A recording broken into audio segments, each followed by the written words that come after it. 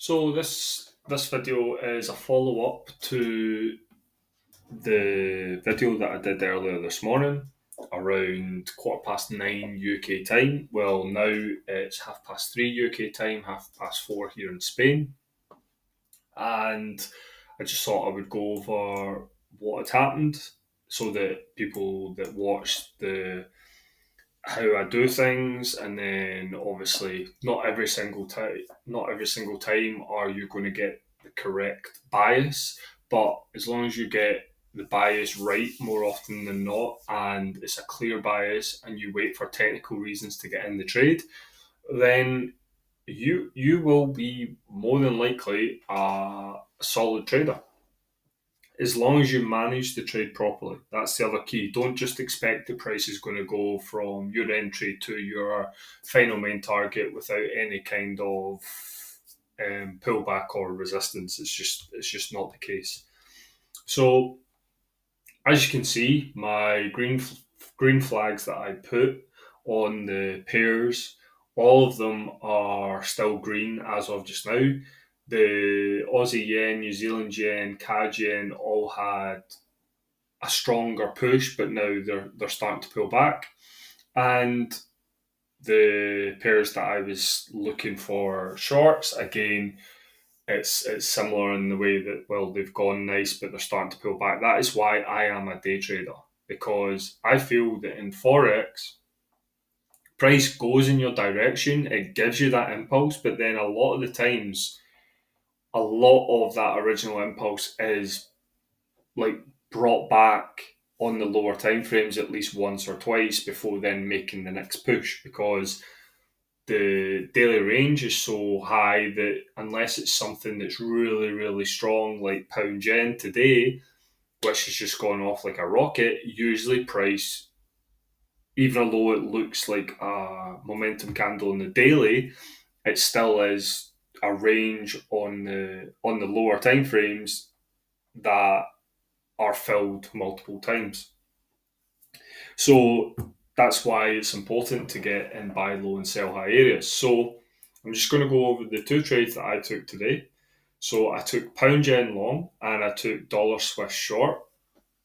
I also marked up Euro Aussie short and New Zealand yen short, but I didn't get in. I felt that what I'd got was enough, and I'm more just happy to take what the market gives me. So pound yen is a breakout break back in that didn't quite close beyond the wicks here, but I just saw this support here, and then we came back. I entered above the highs, stop loss below the lows, and then I took some profit. As you can see, price got into the my target one, which is the highs of the day, the origin of the pullback. That's always got to be the case.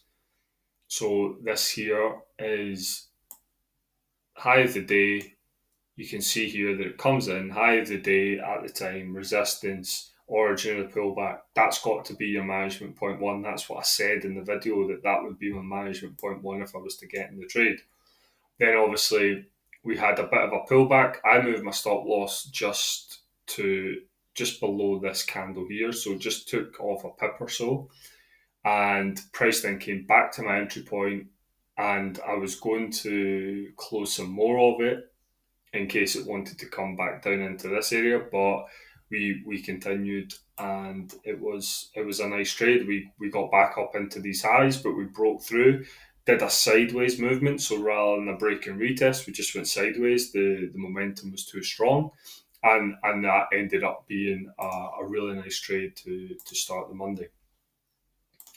So I know some of my students got in touch with me today, and they took dollar CAD short, Euro Aussie short. So different trades, but same outcome. Just looking for those trending markets, and if it's not trending, you're just waiting until it is trending.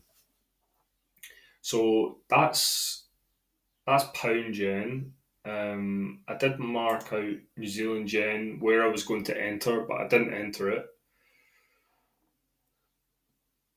And you can see here that we had the 15 minute we pushed, and then it created this sideways. I was going to enter around here at the support, but I didn't. I was happy to just take the trades that I did. Now again, it basically got back up to target one, which is the origin of the pullback. Didn't quite make a new high of the day, and then has fallen back since then. But that's because we're overextended. We're in an area that makes sense for sellers to try and come in and pause the market at least, which is then going to be deep pullbacks on the lower timeframes. But I was never interested in selling because the overall trend is up. So it's either buys or wait. For me, it just keeps things simple. Like, to me, the key of trading is keeping things simple, keeping things in a way that makes sense to trade over and over and over again, and you don't need to try and make things overcomplicated.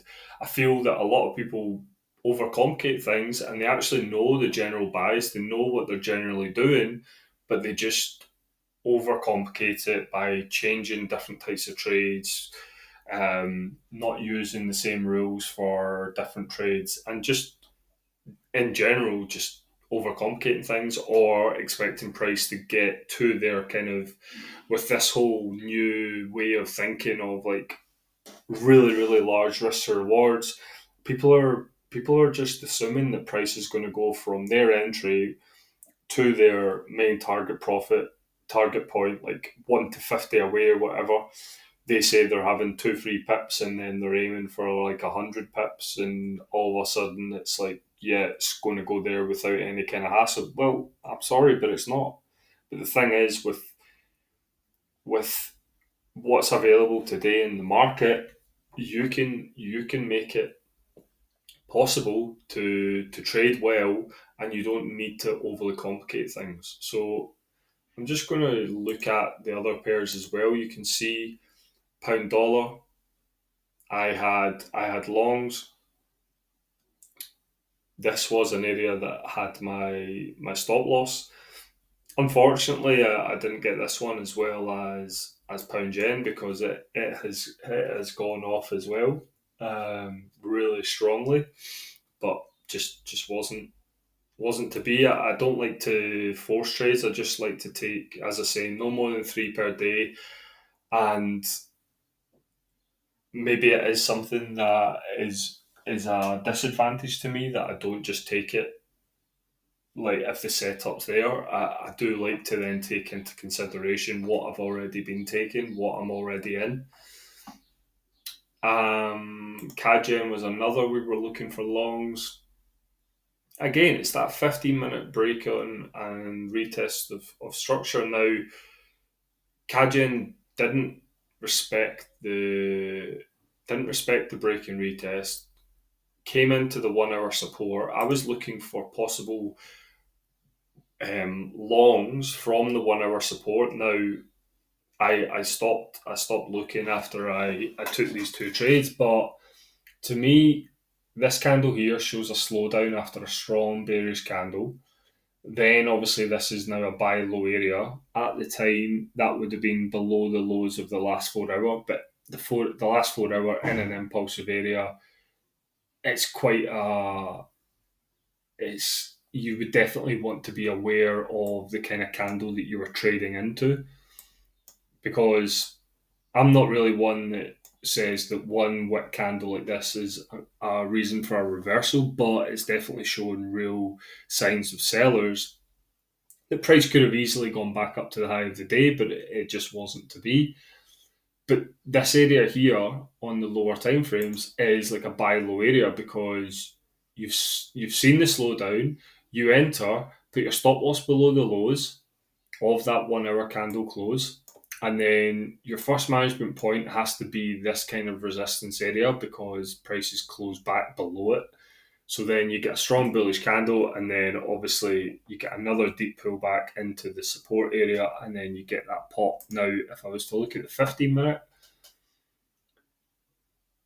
there's I remember setting an alert here, because we had this 15-minute tight range, and I was like, well, if we can get a break back above here, it could be worth taking a trade. Now, obviously, the best trade was whenever it came back down into these lows and then retested. So you've got a breakout here. So let me just mark this out. You've got breakout. This is your retest area. Price then comes back a bit more down into the origin of the push that made the breakout rather than just the break and retest area, and then found the buyers. Stop loss would have been safe below here, and then getting that push beyond the origin of the last pullback, which is here, and then obviously it continues a bit higher into this area here that was support and could turn resistance. So that was Kajen. It was a bit more of a complicated trade than the others, but the areas essentially were solid. It was just that things were slightly mixed up and didn't really have that much of momentum, which makes sense with the 4 hour candle that came in at structure resistance and the previous day being bearish.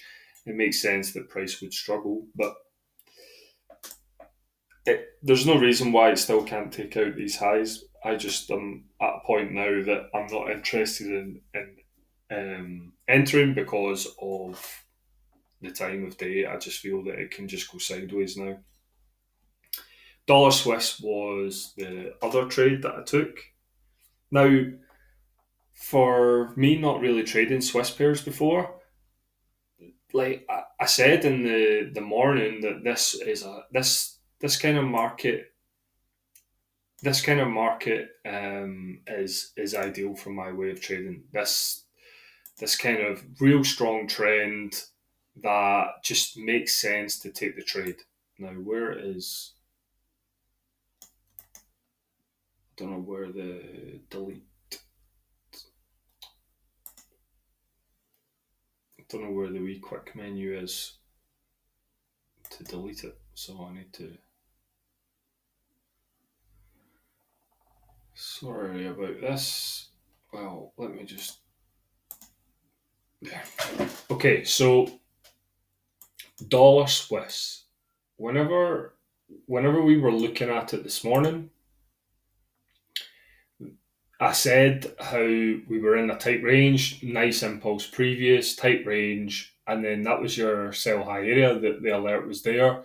Strong bullish candle, created a break and retest area here on the 1 hour, broke that support, but it was right back down into the low of the day, so I wanted a pullback. And then we got the pullback. We got the pullback. I don't know why things are being slow. Maybe it's because I have a video rendering, but still. So we had the pullback and at the break and retest area here, so this made the new low. Then we were at the pullback stage. Now this in here is a nice reversal stage, nice reversal area, sell high on the 15-minute, high of the day in a strong downtrend, high of the last 4 hour, obviously, if it's a high of the day. This is an area that if you see sellers can make sense to take the short.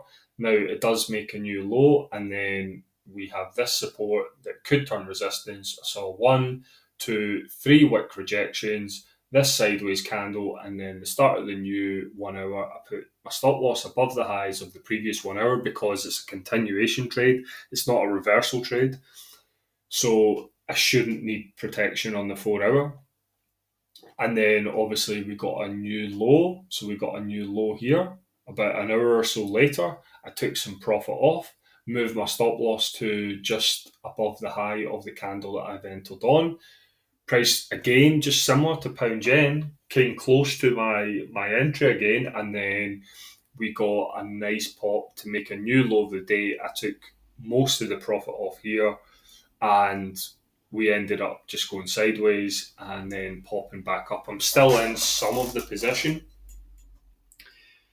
but let's see if we can break these lows and continue on down.